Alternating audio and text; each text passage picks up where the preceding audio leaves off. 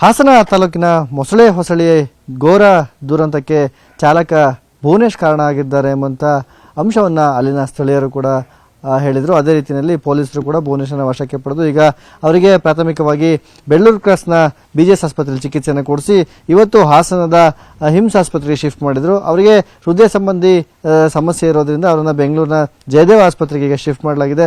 ನಾನೀಗ ಭುವನೇಶ್ ಅವರ ಮನೆ ಕಟ್ಟೆಬೆಳಗುಳಿಯಲ್ಲಿದ್ದೀನಿ. ಇಲ್ಲಿನ ಚಿತ್ರಣವನ್ನು ನಾನು ತೋರಿಸ್ತಾ ಹೋಗ್ತೀನಿ. ಇದು ಭುವನೇಶ್ ಅವರ ಮನೆ. ಈ ಮನೆಗೆ ಈಗ ಬೀಗ ಹಾಕಿದೆ.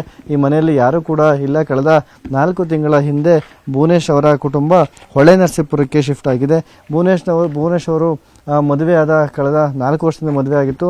ಕಳೆದ 1.5 ವರ್ಷದಿಂದ ಅವರ ಪತ್ನಿ ಕೂಡ ಸಾವನ್ನಪ್ಪಿದ್ರಿಂದಾಗಿ ಅವರ ಕುಟುಂಬ ಈಗ ನಿರ್ಭೀತ, ನಿಷ್ಪಕ್ಷಪಾತ, ವಿಶ್ವಾಸಾರ್ಹ ಸುದ್ದಿಗಳಿಗೆ ಮತ್ತೊಂದು ಹೆಸರಾಗಿರುವಂತ ನ್ಯೂಸ್ 18 ಕನ್ನಡ ಈಗ ಆಪ್ನಲ್ಲೂ ಲಭ್ಯವಿದೆ.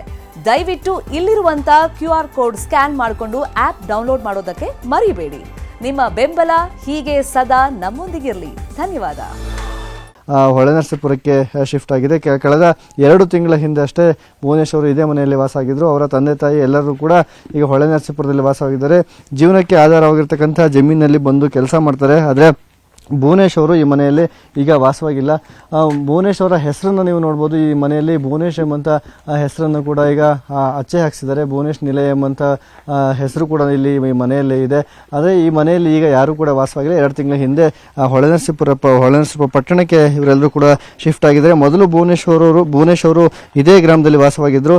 ನಂತರದಲ್ಲಿ ಹೊಳೆ ನರಸೀಪುರದಲ್ಲಿ ಒಂದು ಅಂಗಡಿಯನ್ನ ಮಾಡ್ಕೊಂಡಿದ್ರು. ಅದು ಬಿತ್ತನೆ ಬೀಜವನ್ನ ಮಾರಾಟ ಮಾಡುವಂತಹ ಅಂಗಡಿಯನ್ನ ಹೊಳೆ ನರಸೀಪುರದಲ್ಲಿ ಮಾಡಿದ್ರು. ಅದು ಕೂಡ ಕೈ ಹಿಡಿದಿದ್ದ ಸಂದರ್ಭದಲ್ಲಿ ಅವರು ಆ ಅಂಗಡಿಯಿಂದ ಕೂಡ ಲಾಸ್ ಅನ್ನು ಅನುಭವಿಸಿ ನಂತರದಲ್ಲಿ ಡ್ರೈವಿಂಗ್ ಕೆಲಸವನ್ನು ಆಯ್ಕೆ ಮಾಡಿಕೊಂಡ್ರು. ಕಳೆದ 4-5 ತಿಂಗಳಿಂದ ಡ್ರೈವಿಂಗ್ ಕೆಲಸವನ್ನು ಮಾಡ್ತಿದ್ರು. ಅದಾದ ನಂತರದಲ್ಲಿ ಹೊಳೆ ನರಸೀಪುರಕ್ಕೆ ಆಗಾಗ ಬಂದು ತನ್ನ ತಂದೆ ತಾಯಿಯನ್ನು ಮಾತಾಡ್ಸ್ಕೊಂಡು ಹೋಗ್ತಿದ್ರು. ಅವ್ರಿಗೆ ಒಂದು ಪುಟ್ಟ ಹೆಣ್ಮಗು ಕೂಡ ಇದೆ. ಅದನ್ನು ಕೂಡ ಮಾತಾಡ್ಸ್ಕೊಂಡು ಆ ಕೆಲಸವನ್ನ ಮಾಡ್ಕೊಂಡಿದ್ರು. ಬೆಂಗಳೂರಲ್ಲಿ ಟ್ರಕ್ ಅನ್ನ ಓಡಿಸ್ಕೊಂಡು ಬೆಂಗಳೂರು ಹಾಸನ ಮಾರ್ಗವಾಗಿ ಅವರು ಕೆಲಸವನ್ನು ಮಾಡ್ತಿದ್ರು. ಆದರೆ ಇವತ್ತು ಭುವನೇಶ್ ಅವರ ಮನೆಯಲ್ಲಿ ಯಾರು ಇಲ್ಲ. ಆದರೆ ಭುವನೇಶ್ ಮೇಲೆ ಬಂದಿರತಕ್ಕಂಥ ಆರೋಪ ಬಹು ದೊಡ್ಡದು ಮತ್ತು ಅವರು ಕೂಡ ಈ ಒಂದು ಘಟನೆಯಲ್ಲಿ 10 ಜನರ ಸಾವಿಗೆ ಕಾರಣರಾಗಿದ್ದಾರೆ ಅಂತ ಹಿನ್ನೆಲೆ ಅವ್ರ ಮೇಲೆ ಕೂಡ ಈಗ ಕಂಪ್ಲೇಂಟ್ ದಾಖಲಾಗಿದೆ. ಅವರ ಅತ್ತೆ ಒಬ್ಬರೇ ಅವರ ಪಕ್ಕದ ಮೇಲೆ ಇದ್ದಾರೆ. ಅವ್ರನ್ನು ಕೂಡ ಮಾತಾಡ್ತೀನಿ. ಭುವನೇಶ್ ಅವರ ಈ ಹಿನ್ನೆಲೆ ಹೇಗಿತ್ತು ಎಂಬುದನ್ನು ಕೂಡ ಮಾತಾಡ್ತೀನಿ. ಅಮ್ಮ ಹೇಳಿ, ಭುವನೇಶ್ ಇಲ್ಲೇ ಭುವನೇಶ್ ಅವರು ಮೊದಲು ಹುಟ್ಟಿದಾಗಿಂದ ಇಲ್ಲೇ ವಾಸವಾಗಿದ್ರೆ ಈಗ ಹೋಗಿರೋದು ಎಷ್ಟು ತಿಂಗಳಿಂದ ಹೋಗಿದ್ದಮ್ಮ? ಈಗ 2 ತಿಂಗಳಾಯ್ತು. ನಾನು ಹಿಡ್ಕೊಳ್ತೀನಿ.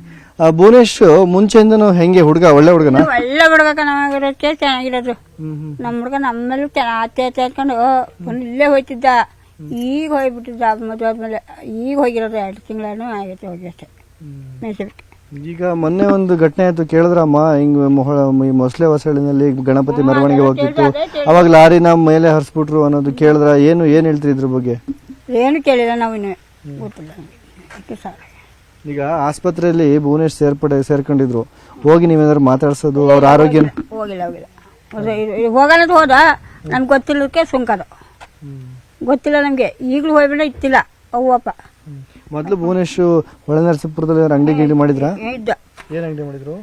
ಏನ್ ಅಂಗಡಿ ಅಲ್ಲ, ಔಷಧಿ ಅಂಗಡಿ ಮಾಡಿದ್ರು. ಆಮೇಲೆ ಡ್ರೈವರ್ ಆದ್ರ? ಡ್ರೈವರ್ ಆಯ್ತು. ಈಗ ಹೋಗಿರೋದು 1-2 ತಿಂಗಳೇನೆ ಆಗೈತ. 1 ತಿಂಗಳಾಗಿತ್ತು. ನಮ್ಗೆ ಕೆಲಸ ಮಾಡ್ತಿರೋದು. ಮೊದ್ಲು ಕಲ್ತಿದ್ರ ಡ್ರೈವಿಂಗ್ ಕೆಲಸ? ಮೊದ್ಲು ಕಲ್ತಿತ್ತು. ಆಮೇಲೆ ಮದ್ವೆ ಆದ್ಮೇಲೆ ಅಂಗಡಿ ಇಟ್ಕೊಂಡಿದ್ಲು. ಅಂಗಡಿ ಇಟ್ಟಾದ್ಮೇಲೆ ಹೋದ್ಲು. ಮೊದ್ಲು ಕಲ್ತಿದ್ದು ಹೋಯ್ತಿದ್ದ ಮೊದ್ಲು. ಈಗ ಹೋಯ್ತಾರೆ. ಈಗ 1 ತಿಂಗಳಲ್ಲಿ ಹೋಯ್ತಿದ್ದ. ತಿಂಗಳಿಂದ ಅಷ್ಟೇ. ಡ್ರೈವಿಂಗ್ ಕೆಲಸ ಮಾಡಾರ? ಚಿಕ್ಕದಿಂದ ಮಾಡ್ಯಾರ. ಚೆನ್ನಾಗಿ ಹೊಡ್ತಾನೆ ಡ್ರೈವಿಂಗ್ ಕೆಲಸ. ಏನ್ ಡ್ರೈವಿಂಗ್ ಮಾಡೋರು? ಏನ್ ಓಡಿಸೋರು? ಲಾರಿ, ಟ್ಯಾಕ್ಟ್ರಿ, ಕಾರು ಎಲ್ಲಾನು ಓಡಿಸೋರು. 1-2 ತಿಂಗಳಿಂದ ಡ್ರೈವಿಂಗ್ ಕೆಲಸ ಮಾಡ್ತಾರೆ. ಇದು ಭುವನೇಶ್ ಅವರ ಅತ್ತೆ ಮತ್ತು ಮೊದಲಿಂದನೂ ಇದೇ ಊರಲ್ಲಿ ವಾಸವಾಗಿದ್ರು. ಹೊಳೆ ನರಸೀಪುರ ಪಟ್ಟಣದಲ್ಲಿ ಬಿತ್ತನೆ ಬೀಜ ಮತ್ತು ಗೊಬ್ಬರದ ಅಂಗಡಿಯನ್ನ ಅವರು ಇಟ್ಕೊಂಡಿದ್ರು. ಅದು ಲಾಸ್ ಆದ ನಂತರದಲ್ಲಿ ಕಳೆದ 1-2 ತಿಂಗಳಿಂದ ಈ ಹಿಂದೆ ಅಷ್ಟೇ ಅವರು ಲಾರಿ ಚಾಲಕನಾಗಿ ಕೆಲಸಕ್ಕೆ ಸೇರಿಕೊಂಡ್ರು. ಆದರೆ ಈ ಘಟನೆ ಮೊಸಳೆ ಹೊಸಳಿಯಲ್ಲಿ ಏನು ಘಟನೆ ನಡೆದಿದೆ ಇದಕ್ಕೆ ಅವರೇ ಕಾರಣ ಎಂಬಂತ ವಿಚಾರ ನನಗೂ ಗೊತ್ತು. ಆದರೆ ಅದ್ರ ಬಗ್ಗೆ ನನಗೇನು ಗೊತ್ತಿಲ್ಲ ಎಂಬಂತ ವಿಚಾರವನ್ನ ಅವರ ಸೋದರ ಅತ್ತೆ ಹೇಳ್ತಿರ್ತಕ್ಕಂಥದ್ದು. ಕ್ಯಾಮರಾ ಪರ್ಸನ್ ಎಡ್ಡಿನ್ ಜೊತೆ ಕೃಷ್ಣಮೂರ್ತಿ, ನ್ಯೂಸ್ 18 ಹಾಸನ. ನಿರ್ಭೀತ, ನಿಷ್ಪಕ್ಷಪಾತ, ವಿಶ್ವಾಸಾರ್ಹ ಸುದ್ದಿಗಳಿಗೆ ಮತ್ತೊಂದು ಹೆಸರಾಗಿರುವಂತ ನ್ಯೂಸ್ 18 ಕನ್ನಡ ಈಗ ಆಪ್ನಲ್ಲೂ ಲಭ್ಯವಿದೆ. ದಯವಿಟ್ಟು ಇಲ್ಲಿರುವ QR ಕೋಡ್ ಅನ್ನ ಸ್ಕ್ಯಾನ್ ಮಾಡಿಕೊಂಡು ಆಪ್ ಅನ್ನ ಡೌನ್ಲೋಡ್ ಮಾಡೋದಕ್ಕೆ ಮರಿಬೇಡಿ. ನಿಮ್ಮ ಬೆಂಬಲ ಹೀಗೆ ಸದಾ ನಮ್ಮೊಂದಿಗಿರಲಿ. ಧನ್ಯವಾದ.